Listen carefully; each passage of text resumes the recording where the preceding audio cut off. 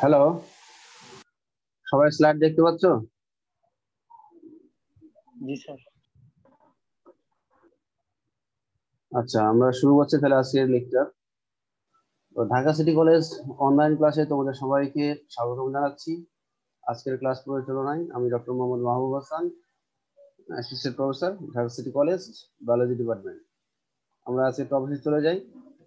আজকে আমরা যে আলোচ্য বিষয়গুলো পড়বো সেগুলো হলো মায়োসিস একের ধাপ।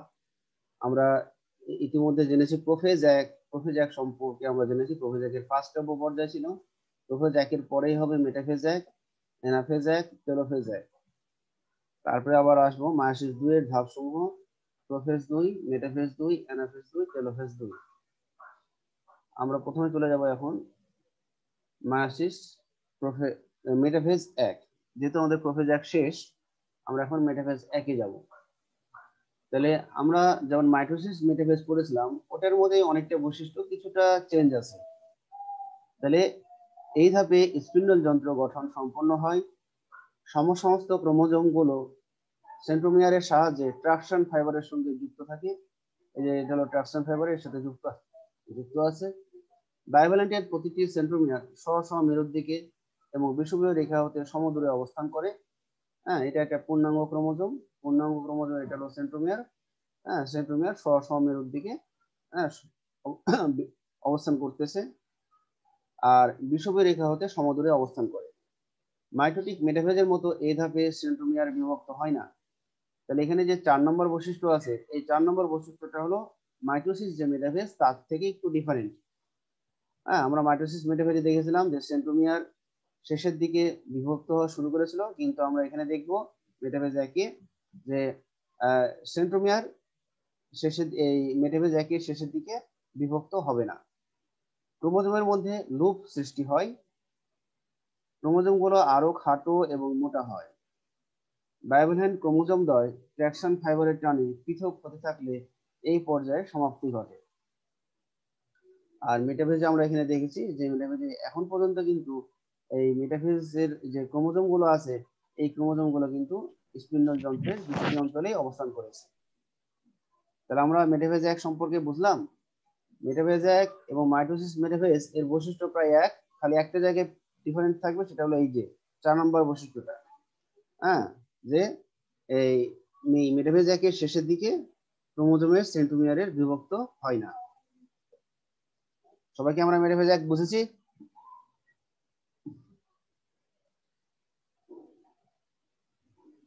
জি স্যার। আমরা এবার যাব অ্যানাফেজ এক।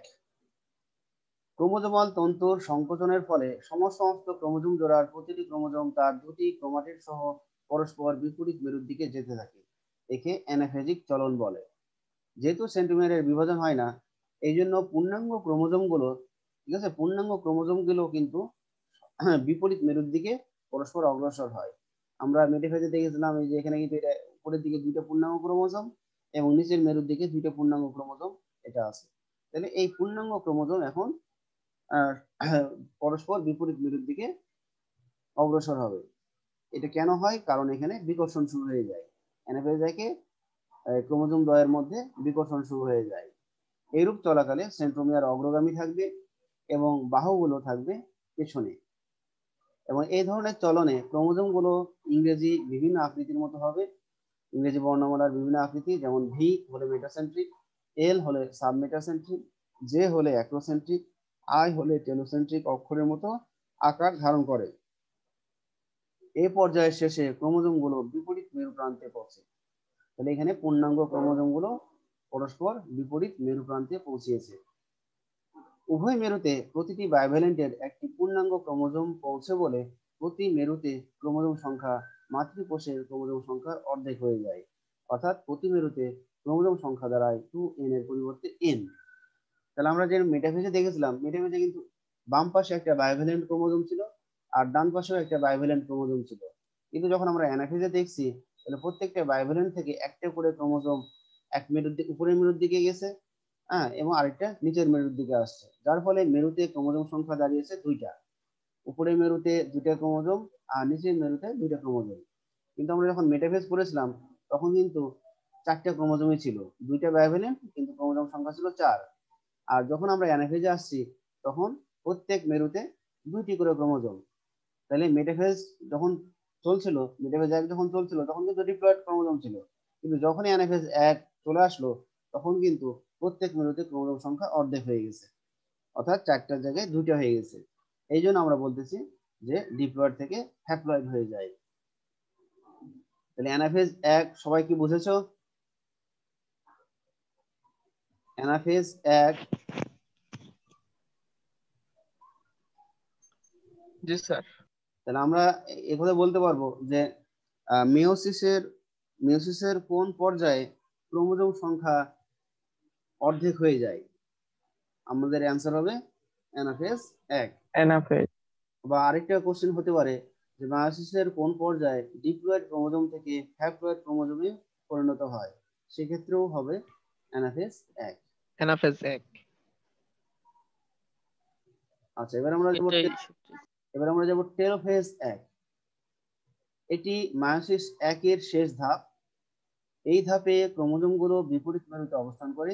এই যে বিপরীত মেরুতেই আছে, নিউক্লিওলাস ও নিউক্লিয়ার মেমব্রেনের আবির্ভাব ঘটে। তাহলে এই যে চারপাশে নিউক্লিয়ার মেমব্রেন আর নিউক্লিওলাস পুনরায় আবির্ভাব ঘটেছে। তাহলে এই যে নিউক্লিয়াসের ভিতরে যে ক্রোমোজোম গুলো আছে, এই ক্রোমোজোম গুলো এখন কি হবে? পানি শোষণ করবে বা পানি যোজন করবে, যার ফলে এরা কি হবে? এরা লম্বা সরু, হ্যাঁ, সুতার মতো হবে। ঠিক আছে, এবং ক্রোমোজোমের যে প্যাচ গুলো ছিল বা কুণ্ডলী গুলো ছিল সেগুলো খুলে যাবে এবং খুলে দীর্ঘ ও সরু হতে থাকবে, সুতার মতো হবে, এবং রঞ্জক ধারণ ক্ষমতা কমে যাবে। এই জন্য এদেরকে দেখা যাবে না। ঠিক আছে, তাহলে এখানে তখন আমরা ক্রোমোজোমকে কি নামে বলতে পারি? ক্রোমাটিন তন্তু বলতে পারি।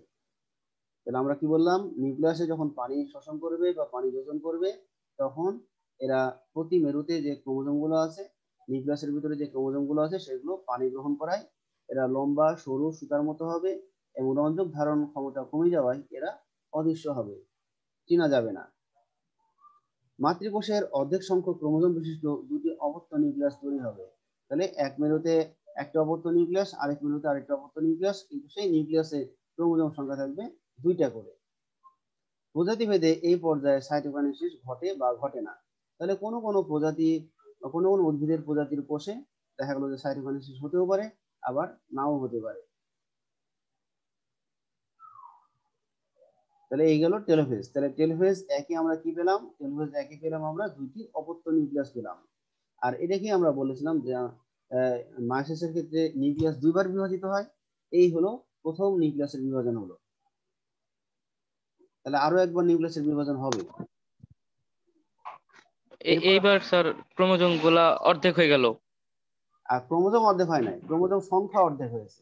ক্রোমোজোম কিন্তু এখনো অর্ধেক ওই তো হয়। স্যার সংখ্যাই। হ্যাঁ, তাহলে আমরা সংখ্যাই বুঝেছি আমরা স্যার। ওই যে মায়োসিসের সংখ্যায় বলেছিলাম না, ক্রোমোজোম সংখ্যা অপত্য কোষে অর্ধেক হয়ে যায়। এই কাজটা হয়েছে। মাতৃকোষে ছিল 4টে ক্রোমোজোম, কিন্তু অপত্য কোষে ক্রোমোজোম হয়ে গেছে এখন 2টে। এখন দুইটা দুইটা। হ্যাঁ, তাহলে আমরা অ্যানাফেজ 1-এ পেয়েছি ক্রোমোজোম সংখ্যা অর্ধেক, আর টেলোফেজ 1-এ আমরা একটা পেলাম যে প্রথম নিউক্লিয়ার বিভাজনে 2টি অপত্য নিউক্লিয়াস পেলাম। হ্যাঁ, এগুলো হলো জিস্ট কথা বা মুখ্য কথা। এখন আমরা আসবো মায়োসিস 1-এর যে প্রথম যে সাইটোকাইনেসিস হবে সেটা। এটাকে সাইটোকাইনেসিস 1-ও বলতে পারি বা ইন্টারকাইনেসিস বলতে পারি। তাহলে মায়োসিস প্রক্রিয়ায় নিউক্লিয়াসের প্রথম এবং দ্বিতীয় বিভাজনের মধ্যবর্তী সময়কে ইন্টারকাইনেসিস বলে। যেহেতু টেলোফেজ হয়ে গেছে মানে নিউক্লিয়াসের বিভাজন হয়ে গেছে, আবার শুরু হবে আরেকটা বিভাজন, সেটা হলো মায়োসিস 2। তাহলে মায়োসিস প্রক্রিয়ায় নিউক্লিয়াসের প্রথম বিভাজন হয়েছে, দ্বিতীয় বিভাজন কিন্তু এখনো হয় নাই, সেটা টেলোফেজ 2-এ হবে। তাহলে প্রথম এবং দ্বিতীয় বিভক্তির মধ্যবর্তী সময়কে ইন্টারকাইনেসিস বলে। বা এটা যদি মনে না থাকে তোমরা এটাও বলতে পারো মায়োসিস 1 এবং মায়োসিস 2 এর মধ্যবর্তী বিশ্রাম দশা, ওটাও ইন্টারকাইনেসিস। তাহলে এই পর্যায়ে কি হবে? এই পর্যায়ে আরএনএ প্রোটিন ইত্যাদি তৈরি হবে। ডিএনএ এর প্রতিলিপি গঠিত হয় না, ডিএনএ এর প্রতিলিপন কিন্তু এখন হবে না, এগুলো কিন্তু আগে হয়ে গেছে। এই দশায় উদ্ভিদ কোষে কোষ প্লেট বা কোষ পাত এবং প্রাণী কোষে সাইটোপ্লাজমের মাঝ বরাবর খাঁজ বা গর্ত সৃষ্টির মাধ্যমে সাইটোপ্লাজম 2টি সমান অংশে বিভক্ত হয়। এর ফলে 2টি হ্যাপ্লয়েড অপত্য কোষ গঠিত হয়। কোনো কোনো ক্ষেত্রে সাইটোকাইনেসিস ঘটে না, সেক্ষেত্রে মিওসিস 2 এর শেষে একবার মাত্র সাইটোকাইনেসিস ঘটে। তাহলে কি বললাম? কোনো কোনো ক্ষেত্রে কাইনেসিস ঘটে না, সেক্ষেত্রে মেয়োসিস 2 এর শেষে একবার মাত্র সাইটোকাইনেসিস ঘটে। তাহলে এই গেল হলো সাইটোকাইনেসিস 1। তাহলে আমরা কি সাইটোকাইনেসিস বুঝেছি? জি স্যার। জি স্যার। Thank you. এবার আমরা যাবো মায়োসিস 2 বিভাজন। তাহলে মায়োসিস 1 এর বিভাজনে যে সৃষ্ট হ্যাপ্লয়েড মাতৃকোষ বা নিউক্লিয়াস দুটি যে প্রক্রিয়ায় 4টি হ্যাপ্লয়েড কোষ বা নিউক্লিয়াস গঠন করে তাকে দ্বিতীয় মায়োসিস বিভাজন বলে। আমরা মায়োসিস 1 এর শেষে পেলাম 2টি অপত্য নিউক্লিয়াস বা 2টি অপত্য কোষ পেয়েছিলাম, এবং সেই কোষগুলো ছিল হ্যাপ্লয়েড। এখন আমরা সেই 2টি হ্যাপ্লয়েড কোষ থেকে মায়োসিস 2 বিভাজনের ফলে পাবো 4টি হ্যাপ্লয়েড কোষ। তাহলে প্রত্যেকটা হ্যাপ্লয়েড কোষ আবার বিভাজিত হয়ে দুটি করে 4টি হ্যাপ্লয়েড কোষ বা আমরা বলতে পারি নিউক্লিয়াস গঠন করবে। এটি মাইটোসিস বিভাজনের অনুরূপ। মায়োসিস 2 বিভাজনকে 4টি পর্যায়ে ভাগ করা হয়। তাহলে আমরা এখন যে বিভাজনটা পড়ব মায়োসিস 2 বিভাজন, এই বিভাজনের প্রত্যেকটা স্টেজ অনেকটা মাইটোসিসের মতো। এই জন্য আমরা এর আগের ক্লাসে বলেছিলাম যে মায়োসিস 2 বিভাজনটি হলো সমীকরণিক বিভাজন, কারণ মায়োসিস 2 এর প্রত্যেকটা স্টেজ মাইটোসিসের মতোই বৈশিষ্ট্য ধারণ করে। আমরা এবার যাব প্রোফেজ 2। তাহলে এটা হলো প্রোফেজ 2 এর চিত্র। এই ধাপে পানি বিয়োজনের ফলে ক্রোমোজোম গুলো পুনরায় সংকুচিত, খাটো ও মোটা হতে থাকে। তাহলে আমরা এই ধাপে কি বলবো, যে পানি বিয়োজন হয়, মানে এখন আবার কি হবে, নিউক্লিয়াস থেকে পানি কমে যাবে। তাহলে পানি বিয়োজনের ফলে ক্রোমোজোম গুলো কি হবে, আবার সংকুচিত হবে, খাটো হবে, মোটা হবে। এ সময় ক্রোমোজোম গুলো রঞ্জক ধারণ ক্ষমতা প্রাপ্ত হয় ও দৃষ্টিগোচর হয়। যেহেতু পানি কমে যায়, এই জন্য রঞ্জক ক্ষমতা লাভ করে। প্রথমত এই ক্রোমোজোম গুলোকে ক্রোমাটিডে বিভক্ত দেখা যায়। আমরা দেখতেই পাচ্ছি ক্রোমাটিডে বিভক্ত হয়ে আছে। এই পর্যায়ে শেষের দিকে নিউক্লিওলাস ও নিউক্লিয়ার এনভেলপের বিলুপ্তি ঘটে। আমরা এখানে দেখতে পাচ্ছি যে নিউক্লিওলাস এটা নাই হয়ে গেছে, আর নিউক্লিয়ার মেমব্রেন এটা অদৃশ্য হয়ে যাচ্ছে। তাহলে এটা অনেকটাই মাইটোসিস প্রোফেজ যেটা আমরা পড়েছিলাম ওটার মতোই, ঠিক আছে? তাহলে প্রোফেজ নিয়ে করা কোনো সমস্যা আছে? না স্যার। মেটাফেজ 2 এটাও অনেকটা মাইটোসিসের মতো। তাহলে এই ধাপে স্পিন্ডল যন্ত্র তৈরি হবে। ক্রোমোজোম গুলো স্পিন্ডল যন্ত্রের বিষুবীয় অঞ্চলে ট্রাকশন ফাইবারের সঙ্গে সেন্ট্রোমিয়ার দ্বারা যুক্ত। এটা কিন্তু এখানে স্পিন্ডল যন্ত্রটা আড়াআড়ি ভাবে দেওয়া হয়েছে। তাহলে এদিকে একটি মেরু, ডান সাইডে একটি মেরু, বাম সাইডে একটি মেরু, এটা আড়াআড়ি ভাবে দেওয়া হয়েছে।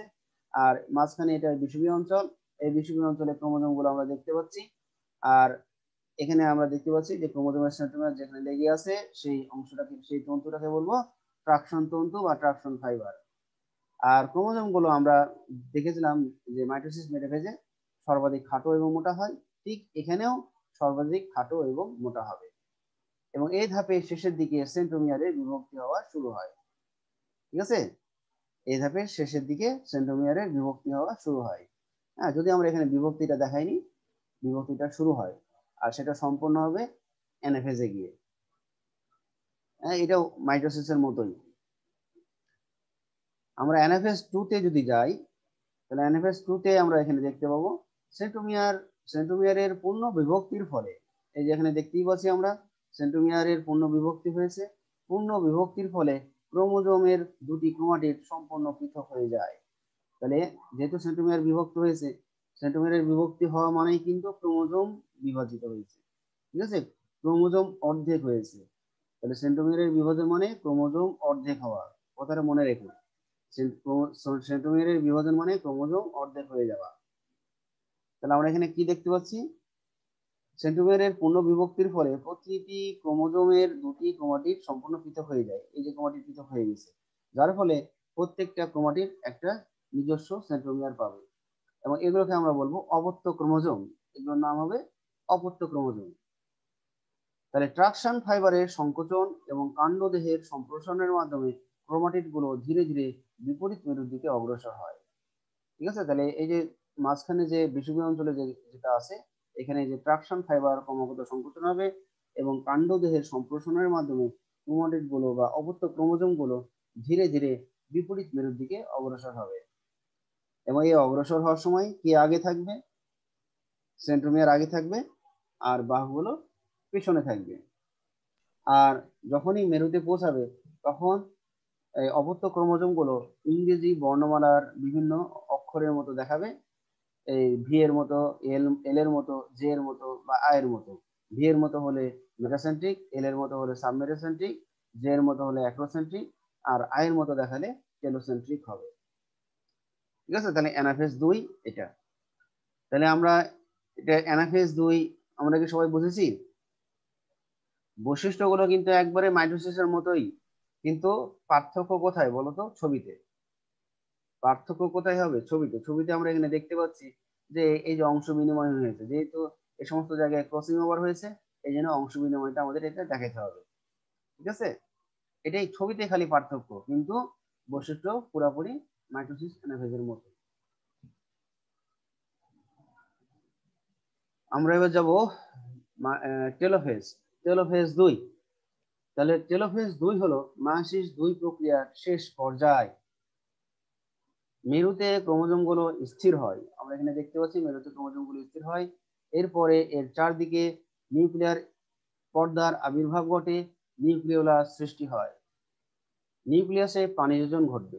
হ্যাঁ, এখানে আবার নিউক্লিয়াসে পানি গ্রহণ করবে বা পানি শোষণ করবে, যার ফলে কি হবে? ক্রোমোজোম গুলো সরু হবে, লম্বা হবে, সুতার মতো হবে এবং রঞ্জক ধারণ ক্ষমতা কমে যাবে। ফলে এগুলোকে আর ভালোভাবে দেখা যাবে না, অস্পষ্ট হয়ে যাবে বা অদৃশ্য হয়ে যাবে। আর ক্রোমোজোম গুলোকে তখন আমরা বলতে পারি ক্রোমাটিন তন্তু। ঠিক আছে, তাহলে আমি আবার এটা বলতেছি। তাহলে আমরা এখানে কি বলবো? মেরুতে যে ক্রোমোজোম গুলো এসেছে সেই ক্রোমোজোম গুলো স্থির অবস্থায় থাকবে এবং এর চারদিকে নিউক্লিয়ার পর্দার সৃষ্টি হবে, নিউক্লিওলাসের আবির্ভাব ঘটবে। আর যেহেতু নিউক্লিয়াসে পানি শোষণ করবে বা পানি যোজন করবে, এই কারণে ক্রোমোজোম গুলো পুনরায় পানি গ্রহণ করে লম্বা, সরু, সুতার মতো হবে। এগুলোকে আমরা বলতে পারি ক্রোমাটিন তন্তু। আর রঞ্জক ধারণ ক্ষমতা কমে যাওয়ার কারণে এগুলো ধীরে ধীরে অস্পষ্ট বা অদৃশ্য হয়ে যাবে। তাহলে এইভাবে টেলোফেজ 2 পেলাম। তাহলে আমরা এখানে দেখতে পাচ্ছি উপরের মেরুতে 2টা নিউক্লিয়াস আর নিচের মেরুতে 2টা নিউক্লিয়াস। তাহলে আমরা মোট এখানে আমরা পেলাম টেলোফেজ 2 এর দ্বিতীয় নিউক্লিয়ার বিভাজন। আমরা টেলোফেজ 1 এ পেয়েছিলাম প্রথম নিউক্লিয়ার বিভাজনে 2টি নিউক্লিয়াস, আর টেলোফেজ 2 এ পেলাম দ্বিতীয় নিউক্লিয়ার বিভাজনে 4টা নিউক্লিয়াস। তাহলে টেলোফেজ 2 কি আমরা বুঝলাম? জি স্যার। জি স্যার। এবং প্রত্যেকটা নিউক্লিয়াসের ভেতরে ক্রোমোজোম গুলো দেখো, হ্যাঁ, প্রত্যেকটা মধ্যে কিছুটা আহ, আংশিক কিন্তু হয়েছে, যে ক্রসিং ওভারের যে ক্রোমোজোম গুলো আছে সেগুলো কিন্তু আমরা এখানে দেখতে পাচ্ছি। আমরা এবার চলে যাব মায়োসিস 2 এর সাইটোকাইনেসিস। তাহলে মায়োসিস 2 যেহেতু, তাহলে এখানে সাইটোকাইনেসিস 2 হবে। দুটি নিউক্লিয়াসের মাঝখানে কোষ, মানে এই যে এখানে আমরা যে এটা দেখেছি, এই এর মাঝখানে কি হবে? কোষঝিল্লি, কোষ প্রাচীর সৃষ্টি হবে। আবার নিচের এখানেও কোষঝিল্লি, কোষ প্রাচীর সৃষ্টি হবে। তাহলে দুটি নিউক্লিয়াসের মাঝখানে কোষঝিল্লি এবং উদ্ভিদ কোষে কোষঝিল্লি ছাড়াও কোষ প্রাচীর গঠন হয় এবং সাইটোপ্লাজম বিভক্ত হয়। এবং প্রত্যেকটি নিউক্লিয়াস তার চারপাশে সাইটোপ্লাজম, কোষঝিল্লি ও কোষ প্রাচীর সহযোগে একটি স্বতন্ত্র কোষে পরিণত হয়। মায়োসিস প্রক্রিয়ায় মায়োসিস প্রক্রিয়ার বিভাজন শেষে একটি মাতৃকোষ হতে 4টি কোষের সৃষ্টি হয় এবং প্রতি কোষে ক্রোমোজোম সংখ্যা মাতৃকোষের ক্রোমোজোম সংখ্যার অর্ধেক হয়। সৃষ্ট কোষগুলো সমগুণ সম্পন্ন হয় না। তাহলে আমরা এখানে দেখলাম এটা হলো টেলোফেজ 2। তাহলে আমরা এখন আসছে হলো সাইটোকাইনেসিস 2। সাইটোকাইনেসিস 2 তাহলে আমরা কি দেখবো? যে উপরের মেরুতে আমরা দেখতে পাচ্ছি 2টা নিউক্লিয়াস। এই 2 নিউক্লিয়াসের মধ্যবর্তী মাঝখান বরাবর কি হবে? প্রথমে কোষঝিল্লি তৈরি হবে। আর যদি সেটা হয় উদ্ভিদ কোষ, তাহলে কোষঝিল্লি ছাড়াও তৈরি হবে কোষ প্রাচীর। কোষঝিল্লি এবং কোষ প্রাচীর তৈরি হওয়ার আগে কি হবে? সাইটোপ্লাজমের সমবন্টন ঘটবে, অঙ্গাণুর সমবন্টন ঘটবে। এইভাবে যখন কি হবে? যে 2টা কোষ তৈরি হবে, মানে উপরে 2টা কোষ তৈরি হবে, নিচে 2টা কোষ তৈরি হবে। হ্যাঁ, এবং আমরা এখানে প্রথম যখন আমরা প্রোফেজ 1 শুরু করেছিলাম এবং লেপ্টোটিন পর্যায়ে দেখেছিলাম, ওখানে আমরা দেখেছিলাম নিউক্লিয়াসের ক্রোমোজোম সংখ্যা ছিল 4টা। এবং আমরা এখানে আমরা দেখতে পাচ্ছি যে শেষ যখন সাইটোকাইনেসিস হয়ে গেল, তখন আমরা দেখতে পাচ্ছি যে এখানে প্রত্যেকটা নিউক্লিয়াসের ক্রোমোজোম হয়ে গেছে 2টা। ঠিক আছে, এবং এই 2টা ক্রোমোজোম হয়েছে, এটা ঠিক আছে, ক্রোমোজোম সংখ্যা তো অর্ধেক হয়েছে, কিন্তু এই 2টা ক্রোমোজোমের মধ্যে আবার কিছু জিন বিনিময় হয়েছে। এই কারণে মায়ের মাতৃকোষের নিউক্লিয়াসের যে ক্রোমোজোম ছিল এবং টেলোফেজ 2 হওয়ার পর বা সাইটোকাইনেসিস হওয়ার পর যে আমরা নিউক্লিয়াস বা কোষগুলো পেলাম, সেখানে আমরা ক্রোমোজোম গুলো দেখবো চেঞ্জ, মায়ের মতো নাই, হ্যাঁ, চেঞ্জ হয়ে গেছে। এই জন্য আমরা বলতেছি সমগুণ সম্পন্ন নয়। তাহলে কি তোমরা সাইটোকাইনেসিস 2টা বুঝলা? সাইটোকাইনেসিস 2টা বুঝেছো? জি স্যার, বুঝেছি।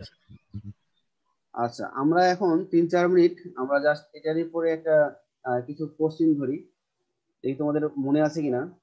তাহলে আমরা আজকে পড়লাম হলো মেটাফেজ 1, তাই না?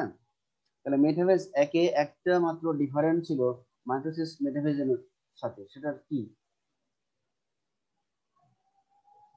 মাইটোসিস মেটাফেজের যে বৈশিষ্ট্য তার সাথে মেটাফেজ 1 মায়োসিস মেটাফেজ 1 এর একটা বৈশিষ্ট্যের পার্থক্য ছিল, তার নাম কি? সেন্ট্রোমিয়ারের বিভাজন। সেন্ট্রোমিয়ার বিভক্ত হয় না স্যার। গুড, সেন্ট্রোমিয়ারে বিভক্ত হয় না, যার ফলে ক্রোমোজোম গুলো কি থাকে? পূর্ণাঙ্গ থাকে। ঠিক আছে, পূর্ণাঙ্গ ক্রোমোজোম গুলো পূর্ণাঙ্গ থাকে, বায়োভ্যালেন্টের ক্রোমোজোম গুলো পূর্ণাঙ্গ থাকে। আচ্ছা, এবার আসি অ্যানাফেজ 1। অ্যানাফেজ 1-এ কি হয় যে এখানে সেন্ট্রোমিয়ার সহ যে ক্রোমোজোম গুলো আছে এটা কিভাবে অগ্রসর হয় বলো দেখি।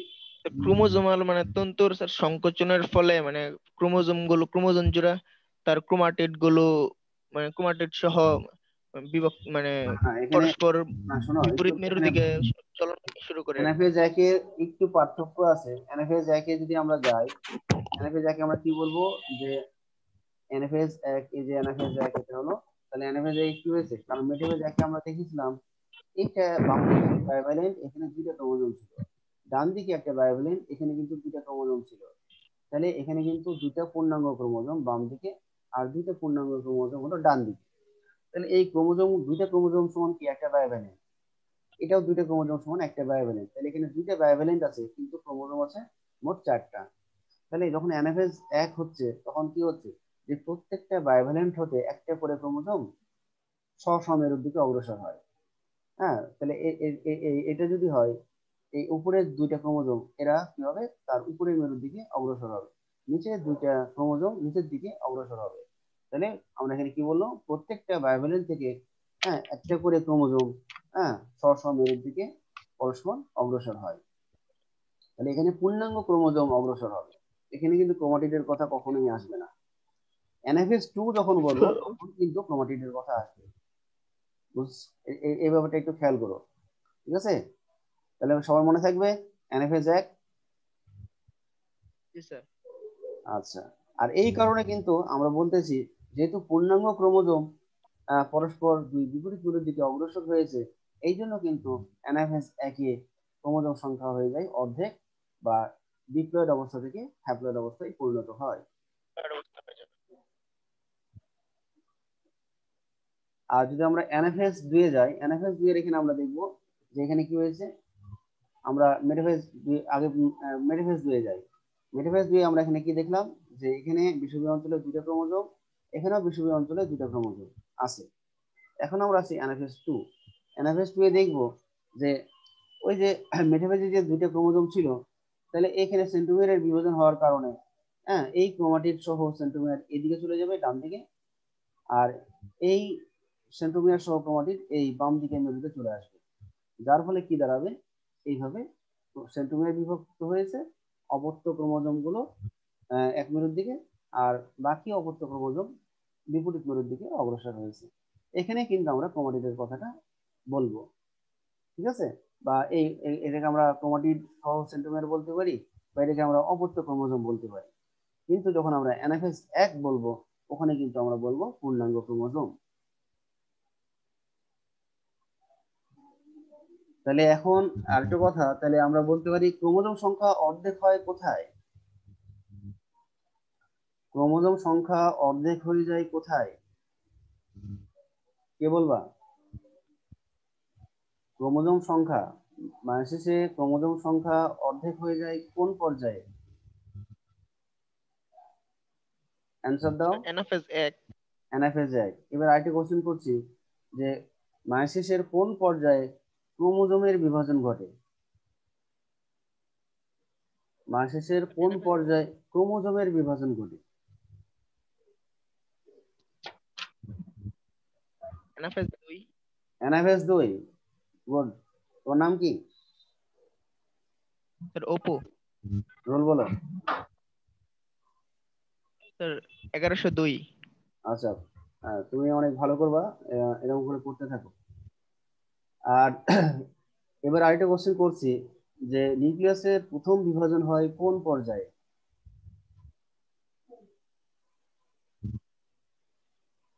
নিউক্লিয়াসের প্রথম বিভাজন হয় কোন পর্যায়ে? কোনটা হবে?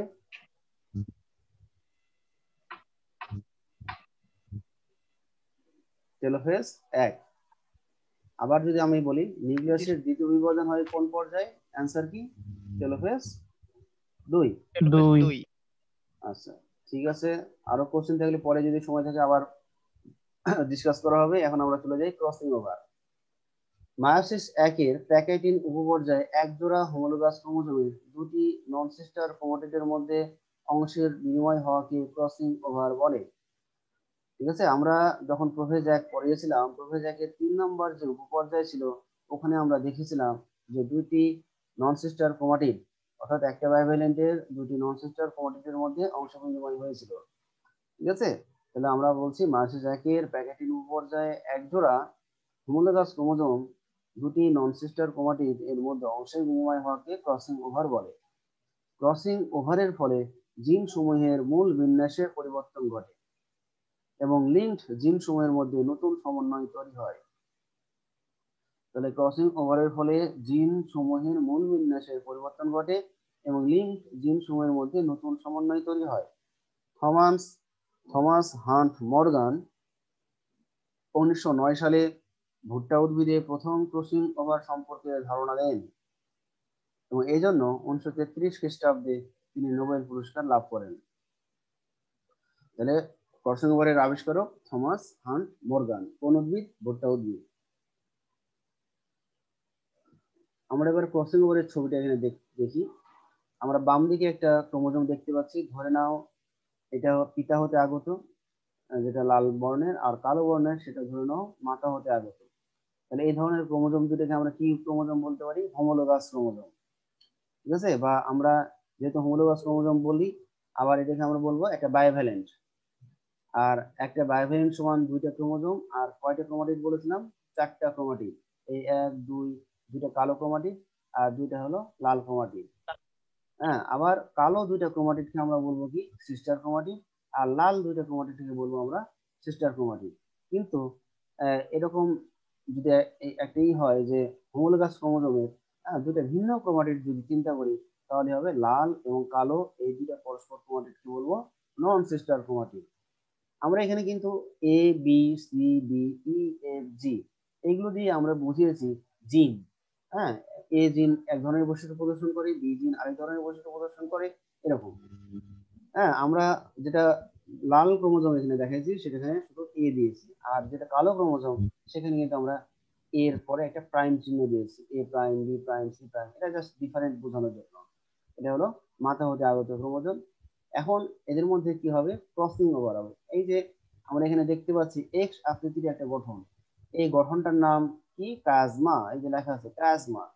তাহলে প্রথমে যখন হোমোলোগাস ক্রোমোজোম দ্বয়ের মধ্যে পরস্পর আকর্ষণ তীব্র হয়, তখন কি হয়? এরকম কাজমা সৃষ্টি হয় এবং এটার গঠন হবে এক্স আকৃতি। আর এই কাজমার পরেই কি হয়? তোমার ক্রসিং ওভার শুরু হয়ে যায়। তাহলে এই কালো অংশ চলে গেছে লাল অংশের ক্রোমোজোমে, আবার লাল অংশের ক্রোমোজোমটা চলে এসেছে কালো অংশের ক্রোমোজোমে, যার ফলে এটা আমরা দেখতে পাচ্ছি এ প্রাইম বি প্রাইম চলে এসেছে লাল ক্রোমোজোমে, আর এ আর বি জিনগুলো চলে এসেছে কালো ক্রোমোজোমে। হ্যাঁ, এটা ক্রসিং ওভারের ফলে বিনিময়কৃত ক্রোমাটিড অংশ। তাহলে এই যে আমরা নিচে লেখা দেখাইছি A B C D, A prime B prime C prime D prime ইত্যাদি জিন বোঝানো হয়েছে। তাহলে ক্রসিং ওভারের ছবিটা কি সবাই বুঝেছো না বুঝো নাই? আচ্ছা, এখন আমরা কিভাবে ক্রসিং ওভারটা হয় তার ব্যাখ্যাটা আমরা দিব। প্রথমে দুটি নন সিস্টার ক্রোমাটিড একই স্থান বরাবর ভেঙে যায়। কোন এনজাইমের কারণে? এন্ডোনিউক্লিয়াস এনজাইমের কারণে। আমরা এখন দেখি, খেয়াল করি একই জায়গায় ভেঙেছে কিনা। হ্যাঁ, ঠিক খেয়াল করো, লাল ক্রোমোজোমের এ অংশে এ আর বি জিন যেটা, এই অংশ পর্যন্ত ভেঙে গেছে, এই যার কারণে আমরা এখানে দেখতে পাচ্ছি ভাঙা অংশ। আবার কালো ক্রোমোজোম ঠিক একই জায়গায় ভেঙে গেছে, এ প্রাইম বি প্রাইম, তার কারণে আমরা এখানে দেখতে পাচ্ছি এ প্রাইম বি প্রাইম, তাহলে একই অংশ ভেঙে যাবে এবং ভাঙার পেছনে যে এনজাইম কাজ করবে তার নাম হলো এন্ডো নিউক্লিয়াস এনজাইম। পরে একটি অংশের সাথে অপরটির অন্য অংশ পুনরায় জোড়া লাগে, এই জোড়া লাগা এনজাইমটার নাম হলো লাইগেজ, ফলে কাজমা সৃষ্টি হয়। শেষ পর্যায়ে প্রান্তীয়করণের মাধ্যমে ক্রোমাটিডের বিনিময় শেষ হয়। ক্রসিং ওভারের ফলে ক্রোমাটিডের মধ্যে অংশের বিনিময় ঘটে, সাথে সাথে জিনের বিনিময়ও ঘটে, যেহেতু জিন ক্রোমোজোমেই বিন্যস্ত থাকে। জিনের বিনিময়ের ফলে চারিত্রিক বৈশিষ্ট্যের বিনিময় হয়, ফলে জীবের চারিত্রিক পরিবর্তন ঘটে। যেহেতু আমরা এখানে দেখতে পাচ্ছি ক্রসিং ওভার হওয়ার পর লাল ক্রোমোজোমে মাতার এ বি জিন এসেছে এবং কালো ক্রোমোজোমে পিতার এ বি জিন এসেছে, ঠিক আছে। যার কারণে দেখা গেল এই লালের সব জিনগুলো কিন্তু ঠিক আছে, কিন্তু যেটা মাথা থেকে এ প্রাইম এবং বি প্রাইম জিন এসেছে এখানকার কারণে এই বৈশিষ্ট্য চেঞ্জ হয়ে যাবে, মায়ের বৈশিষ্ট্য পুরোপুরি থাকবে না বা বাবার বৈশিষ্ট্য পুরোপুরি থাকবে না, ঠিক আছে। এই কারণে পরবর্তীতে দেখা যাবে যে বৈশিষ্ট্যগত পরিবর্তন আসে। এই জন্য আমরা কিন্তু আমরা আমাদের আমাদের মা বাবা অনেক বৈশিষ্ট্য আমাদের দেহে বিদ্যমান, কিন্তু আমরা পুরোপুরি একবারে মা বা বাবার মতো নয়, কিছুটা আমাদের বৈশিষ্ট্যে পৃথক রয়েছে। তাহলে এখানে আমরা দেখছি ক্রসিং ওভারের কৌশল। হ্যাঁ, এটা আমরা দেখছি যে প্যারেন্টাল ক্রোমোজোম, এটা হলো ম্যাটারনাল ক্রোমোজোম, এই যে আমরা এখানে দেখতে পাচ্ছি এখানে ক্যাজমা হয়েছে, আর ক্যাজমার পরে এখানে হয়েছে ক্রসিং ওভার। হ্যাঁ, ওই যে যেটা হলো একটা হলো খয়েরি বর্ণ আর এটা অনেকটা একটা হলো ডার্ক খয়েরি আর একটা হলো এটা অরেঞ্জ বলা যায়। তাহলে এখানে অংশ বিনিময় হয়েছে, আর এটা অংশ বিনিময় হওয়ার পরের অবস্থা। তাহলে আমরা কি ক্রসিং ওভার বুঝলাম?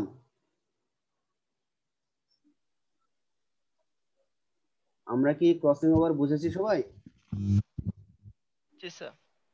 স্যার আচ্ছা, তাহলে এবার আসবো গুরুত্ব, ক্রসিং ওভারের গুরুত্ব বা তাৎপর্য। কিছু সংখ্যক নিম্ন শ্রেণীর জীব ছাড়া অন্য সব উদ্ভিদ ও প্রাণীর মধ্যে ক্রসিং ওভার নিয়মিত ঘটনা। নিচে ক্রসিং ওভারের গুরুত্ব উল্লেখ করা হলো। জিনের নতুন বিন্যাস। ক্রসিং ওভারের সময় ক্রোমোজোম খণ্ডের বিনিময়ের ফলে ক্রোমোজোমে জিনের নতুন বিন্যাস ঘটে।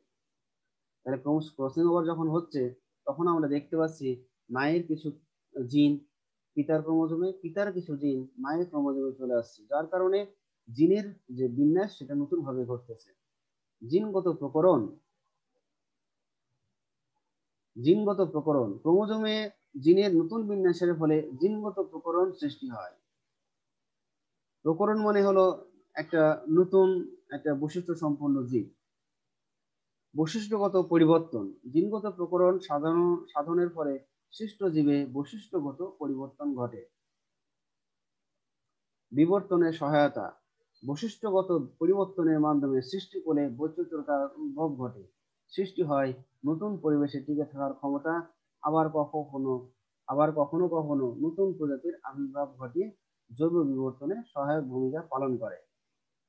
হ্যাঁ, বিবর্তন মানে দেখা যাচ্ছে যে এই যদি আমরা মানুষই ধরি তাহলে আগের মানুষের যে বৈশিষ্ট্য ছিল এখনকার মানুষের যে বৈশিষ্ট্যগুলো আছে, হ্যাঁ, অনেক বৈশিষ্ট্যে কিন্তু আমাদের আমূল পরিবর্তন এসেছে। ফসলি উদ্ভিদের উন্নতি সাধন। ক্রসিং ওভারের মাধ্যমে কাঙ্ক্ষিত উন্নত বৈশিষ্ট্য বিশিষ্ট নতুন প্রকরণ সৃষ্টি করা যায়। এভাবেই ফসলি উদ্ভিদের ক্রমাগত উন্নতি সাধন করা যায়। প্রজনন বিদ্যায় কৃত্রিম উপায়ে ক্রসিং ওভার ঘটিয়ে বংশগতিতে পরিবর্তন আনা সম্ভব, তাই প্রজনন বিদ্যায় ক্রসিং ওভারের যথেষ্ট ভূমিকা রয়েছে। সরল রৈখিক বিন্যাস। ক্রোমোজোম দেহে জিনের সরল রৈখিক বিন্যাস ক্রসিং ওভারের সাহায্যেই স্পষ্টভাবে প্রমাণিত হয়েছে। ঠিক আছে, তাহলে এই হলো ক্রসিং ওভারের গুরুত্ব। তাহলে ক্রসিং ওভারের মেন গুরুত্ব হলো কি, এখানে কি হবে যে আমরা দেখতে পাবো যে নতুন প্রজাতি সম্পন্ন আমরা জীব পেতে পারি। হ্যাঁ, আবার পেতে পারি হলো জিনগত প্রকরণ পেতে পারি, বিবর্তনের ভূমিকা আছে। হ্যাঁ, ফসল উদ্ভিদের উন্নতি সাধনে আমরা এখানে দেখতে পাচ্ছি। হ্যাঁ, এই হলো তাহলে ক্রসিং ওভারের গুরুত্ব। ক্রসিং ওভারটা কোথায় ঘটেছিল কারো মনে আছে? ক্রসিং ওভার কোথায় ঘটেছিল? ক্রসিং ওভার কোথায় ঘটেছিল, কোন পর্যায়ে ঘটেছিল?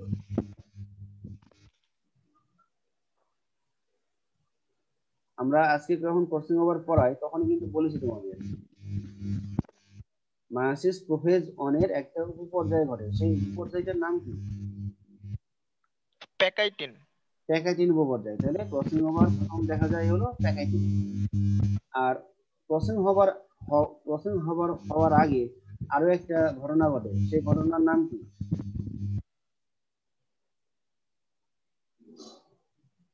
ক্রসিং হওয়ার আগে কাজমা। ঠিক আছে, কাজমা।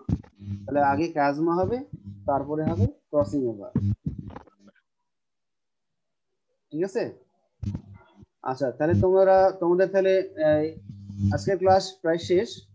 এখন কোনো সমস্যা থাকলে বলতে পারো, কোথাও কোনো সমস্যা থাকলে বলতে পারো, আর না হলে আমি আবার 2-3টা কোশ্চেন করবো, দেখি তোমরা অ্যান্সার দিতে পারো।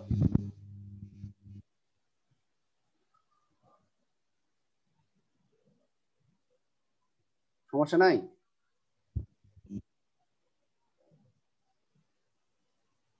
আচ্ছা, তাহলে আমি এবারে কিছু কোশ্চেন করি। একটি বাইভ্যালেন্ট সমান কয়টি ক্রোমাটিড?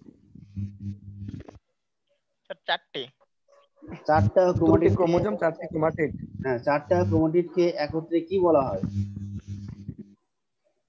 দুইটি ক্রোমোজোম। না, টেট্রাড। যখন আমরা বলবো একটা বাইভ্যালেন্ট ক্রোমোজোমের চারটা ক্রোমাটিডকে আমরা একত্রে বলবো টেট্রাড। কি বলবো? টেট্রাড। আর একটা বাইভ্যালেন্টে কয়টা ক্রোমোজোম থাকবে? দুইটা। হ্যাঁ, আর এই দুইটা ক্রোমোজোম কি ধরনের ক্রোমোজোম?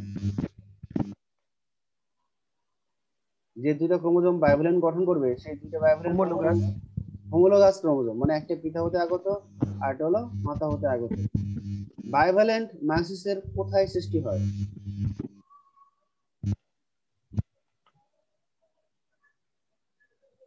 অ্যানসার দাও। বাইভ্যালেন্ট কোথায়? জাইগোটিন। ঠিক আছে, প্রোফেজ একে, মায়োসিস প্রোফেজ একে জাইগোটিনে প্রথম বাইভ্যালেন্ট সৃষ্টি হয়। তা বাইভ্যালেন্ট সৃষ্টি হওয়ার জন্য কারণটা কি? কেন বাইভ্যালেন্ট সৃষ্টি হয়? কেউ অ্যানসার দিতে পারবা? বাইভ্যালেন্ট কেন সৃষ্টি হবে? কারো অ্যানসার জানা আছে? না জানা থাকলে বলো, জানি না।